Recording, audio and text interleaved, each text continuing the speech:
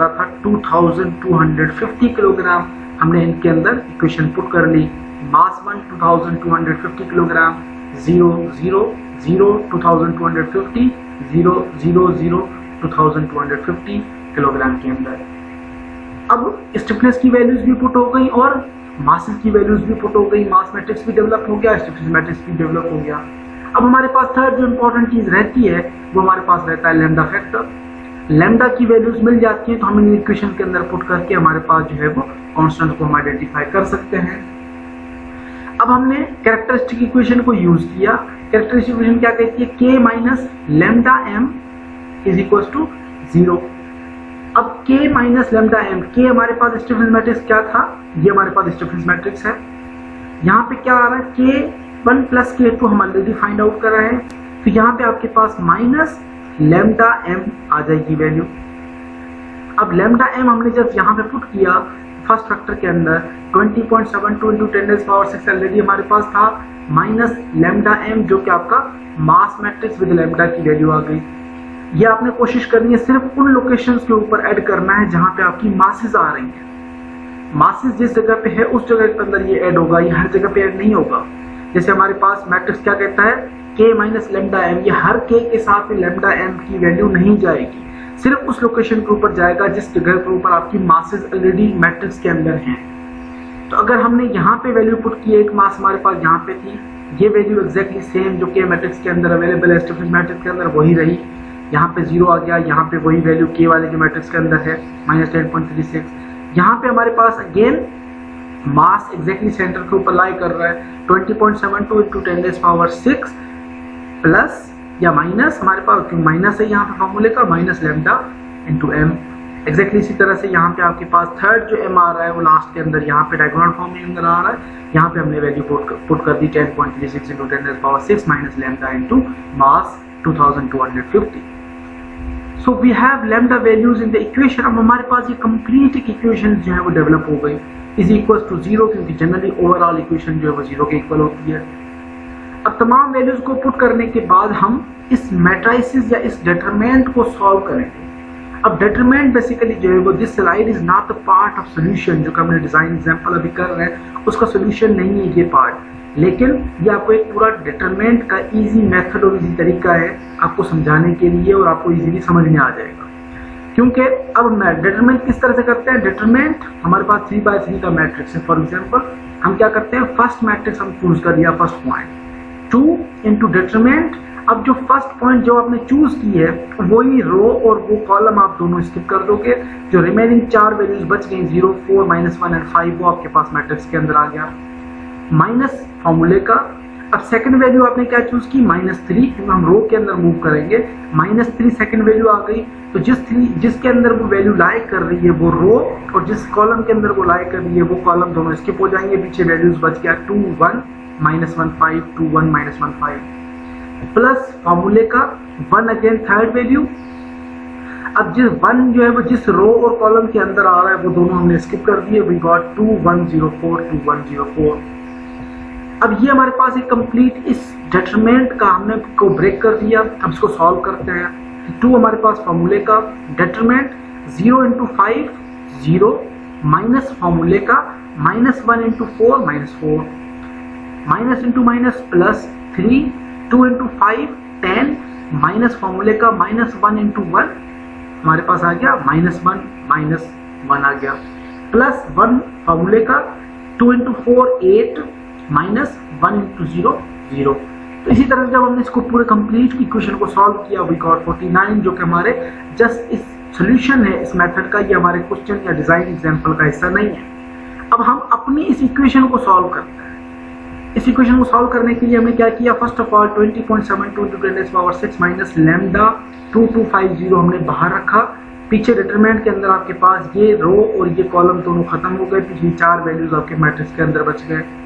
इसी तरह से माइनस फॉर्मूले का 10.36 इंटू 10⁶ आपका वैल्यू जो है वो ब्रैकेट से बाहर आ जाएगा। ये कॉलम और ये रो दोनों स्किप हो गए। पीछे आपके पास बच गया -10.36 इंटू 10⁶ 0 -10.36 इंटू 10⁶ और 10.36 इंटू 10⁶ माइनस लैम्डा इंटू 2250। ये आपके पास कंप्लीट जो है वो इक्वेशन डेवलप हो गई। इसी तरह से ये कंप्लीट आपके पास फर्स्ट स्टेप के अंदर इक्वेशन ड्राइव हुई। इस इक्वेशन को जब हमने मजीद सॉल्व किया, वी गॉट 20.72 इंटू 10⁻⁶ को हमने सेपरेट कर दिया, यहाँ पे ये सेपरेट हो गया। -2250 इंटू लैम्डा जो है वो हमने यहाँ पे इस इक्वेशन को या इस मेथड को हमने कांस्टेंट ले लिया ओवरऑल। पीछे आपके पास इस इक्वेशन को जब हमने सॉल्व किया तो तमाम वैल्यूज हमारे पास इस तरह से आ गई। लैम्डा की वैल्यू भी आ गई, लैम्डा स्क्वायर भी है हमारे पास, लैम्डा भी है और कांस्टेंट वैल्यूज भी हैं।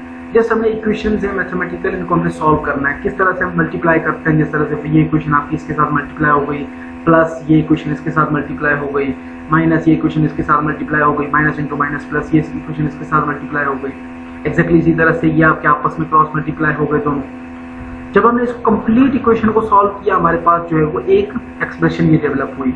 इसी तरह से जब हम इसको सिंप्लीफाई या मजीद जो है वो मल्टीप्लाई डिवाइड करेंगे तो ओवरऑल जो हमारे पास जो प्रोडक्ट डेवलप हो रहा है 2.2 into 10⁻21 minus 2.42 into 10⁻17 lambda minus 1.45 into 10⁻18 lambda plus 1.57 into 10⁻14 lambda square plus 1.05 into 10⁻14 lambda square minus 1.14 into 10⁻10 lambda cube minus 1.11 into 10⁻21 plus 2.42 into 10⁻17 lambda.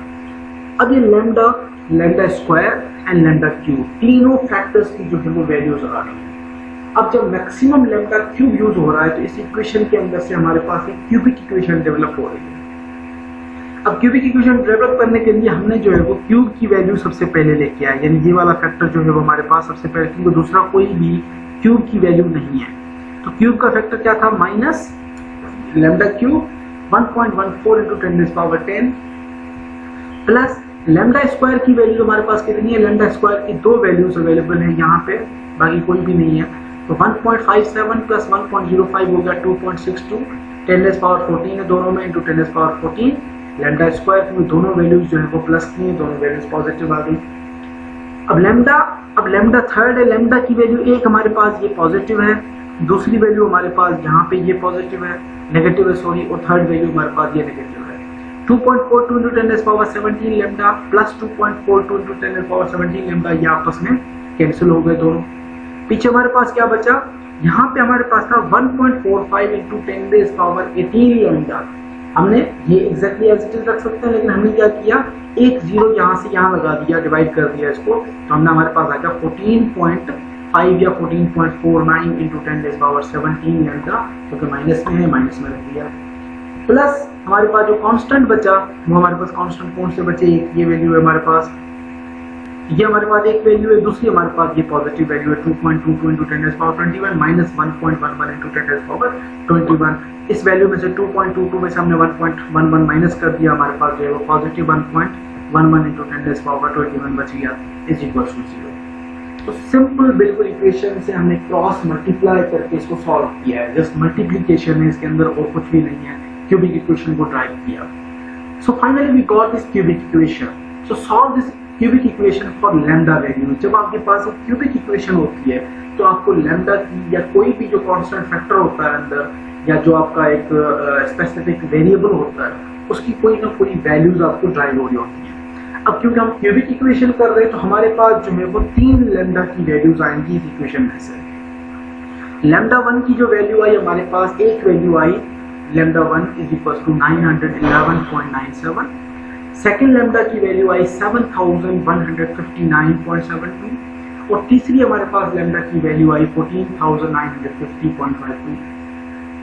क्योंकि क्यूबिक या क्यूबिक इक्वेशन थी, क्यूबिक इक्वेशन में से हमें जो है वो 3 वैल्यूज लैम्डा की मिलनी थी। एक लैम्डा क्यूब था, दूसरा लैम्डा स्क्वायर था, तीसरा लैम्डा सिंगल था। तीनों को जब हमने सॉल्व किया कंप्लीट तो क्यूबिक इक्वेशन में से हमें 3 वैल्यूज मिल गए, लैम्डा 1, लैम्डा 2 एंड लैम्डा 2। अब जैसा हमने पीछे अज्यूम किया था कि lambda is equal to omega N square, जो हमने ऑलरेडी अज्यूम किया था, या ये ऑलरेडी कांस्टेंट फार्मूला है अवेलेबल हमारे पास। अगर मैं लैम्डा को अंडर रूट कर देता हूँ तो ये यहाँ पे अंडर रूट है वो स्क्वायर रूट खत्म हो जाएगा, square sorry. Lambda under root is equal to omega या lambda is equal to omega N square. उसके बाद हमारे पास जो टाइम पीरियड है that is equal to 2 pi over omega N. अब टाइम पीरियड हमारे पास जो आ गया डिफरेंट, तो तो आपके पास लैम्डा की वैल्यूज ऑलरेडी गिवन है यहाँ पे। इनको आप यूज करके डिफरेंट जो है वो लैम्डास की वैल्यूज फाइंड आउट कर सकते हैं। डिफरेंट लैम्डास से आप जो है वो ओमेगा की वैल्यूज फाइंड आउट कर सकते हैं, और ओमेगा की वैल्यूज से जो है वो आप डिफरेंट टाइम पीरियड्स भी कैलकुलेट कर सकते हैं, क्योंकि लैम्डा की वैल्यूज आपके पास गिवन है। अब यहाँ पे सिर्फ ओमेगा अगर मैं निकालूं फॉर 1 के लिए, ओमेगा 1 जो है वो लैम्डा 1 का अंडर रूट हो जाएगा। अंडर रूट 1 जो वैल्यू आई वो हमने यहाँ पे पुट की, तो हमारे पास टाइम पीरियड 1 आ जाएगा। इसी तरह से अगर लैम्डा 2 की वैल्यू यहाँ पे पुट करते हैं, तो यहाँ पे ये वैल्यू ओमेगा की हमने पुट की, नेचुरल फ्रीक्वेंसी की, तो सेकंड टाइम पीरियड आ जाएगा। इसी तरह से हमने जो है वो थर्ड ओमेगा की वैल्यू यहाँ पे पुट की, हमारे पास ओमेगा एन थर्ड आ गया, जिसकी वैल्यू अगर हम यहाँ पे पुट करेंगे तो हमारे पास थर्ड टाइम पीरियड आ जाएगा। तो एग्जैक्टली इसी तरह से जो है हम फ्रीक्वेंसीज और टाइम पीरियड्स जो है वो तमाम तीनों केसेस के लिए फाइंड आउट कर लेंगे। अब तीनों केसेस के लिए हमारे पास जो है वो the eigen values are lambda 1, lambda 2 and lambda 3, जो कि हमें क्यूबिक इक्वेशन से मिली। उस क्यूबिक इक्वेशन के बाद हमने फर्स्ट आइगन वैल्यू फैक्टर जो है हमने फाइंड आउट किया, जो कि हमारे पास 911.97 था। ये हमारे पास आइगन वैल्यू की वैल्यू आ गई फर्स्ट वाले की, ये आइगन वैल्यू सेकंड, ये आइगन वैल्यू थर्ड। अब जब इन आइगन वैल्यूज को मैं पुट करता हूँ फार्मूलाज के अंदर, तो फर्स्ट नेचुरल फ्रीक्वेंसी हमारे पास कितनी आई, 30.197। अगर हम आइगन वैल्यू ये यूज करते हैं तो हमारे पास जो है वो ओमेगा की जो वैल्यू आ रही है वो आ रही है 30.198, एंड नेचुरल टाइम पीरियड की वैल्यू आ गई 0.208 second. Similarly other values can also be find out. So it can be scene here in the results. Lambda 1 हमारे पास था 911.97, lambda 2 7160, and lambda 3 is equals to 14,951। ये तीनों वैल्यूज आ गई। हमने तीनों values को 1 by 1 इन इक्वेशंस के अंदर पुट किया, और फर्स्ट केस के लिए हमारे पास ओमेगा 1 की वैल्यू आ गई 30.198 रेडियंस पर सेकेंड। सेकेंड केस के लिए हमारे पास ओमेगा की वैल्यू आ गई 84.615 रेडियंस पर सेकेंड, और थर्ड केस के लिए हमारे पास जो है वो ओमेगा की वैल्यू आ गई 122.272 रेडियंस पर सेकेंड। फर्स्ट ओमेगा की वैल्यू जब हमने टाइम पीरियड में पुट की, तो हमारे पास नेचुरल टाइम पीरियड 1 आ गया 0.208 seconds, natural time period 2 is equals to 0.074 seconds, and natural time period for third case हमारे पास जो है वो आ गया 0.0151 सेकेंड। अब तीनों जो है वो टाइम पीरियड्स वगैरह आ गए। अब एक इम्पॉर्टेंट चीज जो मेमोराइज करने की है वो यहाँ पे है कि can be seen that the natural frequency, जो नेचुरल फ्रीक्वेंसी की वैल्यूज हैं, are spaced in regular buildings. जो नॉर्मल रेगुलर बिल्डिंग्स के अंदर हमेशा जो है वो आपके पास नेचुरल फ्रीक्वेंसी की वैल्यूज जो हैं वो 135 के अराउंड क्लोजर आ रही होंगी। अब हमारे पास पहली वैल्यू कितनी है 30.198, इसको हम 3 टाइम्स करें तो ये अराउंड 90 बन रहा है। हमारे पास जो वैल्यू आई वो 85 के आसपास है। अगर हम इसका 5 टाइम्स करें तो अराउंड 150, और ये हमारे पास 122.27 आ रही है। तो अराउंड जो है ऑलमोस्ट क्लोजर ये रेशो को फॉलो कर रहे होते हैं 135 का रेशो। अब ये हमारे पास तमाम जो है वो आइगन वैल्यूज आ गए, लैम्डा 1, लैम्डा 2, लैम्डा 3, और नेचुरल फ्रीक्वेंसीज भी आ गई, और उसके बाद हमारे पास जो है वो नेचुरल टाइम पीरियड्स भी आ गए। अब आते हैं सेकंड कंडीशंस या क्राइटेरियाज के ऊपर, कि जैसे हमने डिस्कस किया था, ये हमारे पास एक general k minus lambda m का इक्वेशंस थी, लैम्डा जो कि हम ऑलरेडी पीछे डिस्कस कर रहे हैं। अब हम आते हैं कि calculate for the eigen vectors, कि हमने लैम्डा की जो आइगन वैल्यूज थी, लैम्डा वैल्यूज थी, वो हमने ऑलरेडी फाइंड आउट कर ली कि तीनों केसेस के अंदर या 3 कंडीशंस के अंदर क्यूबिक इक्वेशन में जो हमारी वैल्यूज आई वो कितनी थी, लैम्डा 1, लैम्डा 2 और लैम्डा 3। अब जो ओरिजिनल इक्वेशन के अंदर अगर आप जाके चेक करें तो यहाँ पे जो हमारे पास असल जो फार्मूला था वो क्या कहता था कि psi factor k minus lambda m is equal to 0। हमने ट्राइवियल कंडीशन की वजह से इसको हमने इग्नोर कर दिया था, और इक्वेशन हमने कंसीडर की थी k minus lambda m is equal to 0, और लैम्डा जो है वो हमारा आइगन वैल्यूज को रिप्रेजेंट करा रहा था। अब हम आते हैं इस ओरिजिनल इक्वेशन के अंदर कि अगर हम आइगन वेक्टर को कंसीडर करें तो हमारे पास टोटल ओवरऑल इक्वेशन के ऊपर कितना फर्क पड़ रहा है।